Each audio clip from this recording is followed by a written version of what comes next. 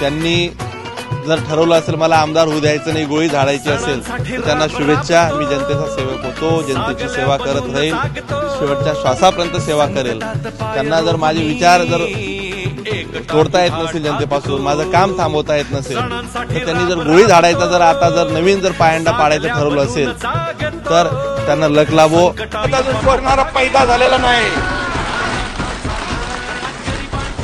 माझ्यावर प्रेम करणारी माणसं किती आहेत. असे जसे मधमाशाचं मोळ उठतं, तसे मधमाशाचा मोळ उठून जे माझ्यावर हात चालवेल त्याला डसून संपून टाकणारे लोक. तसाच वागतो, वचनाचे मोल जाणतो.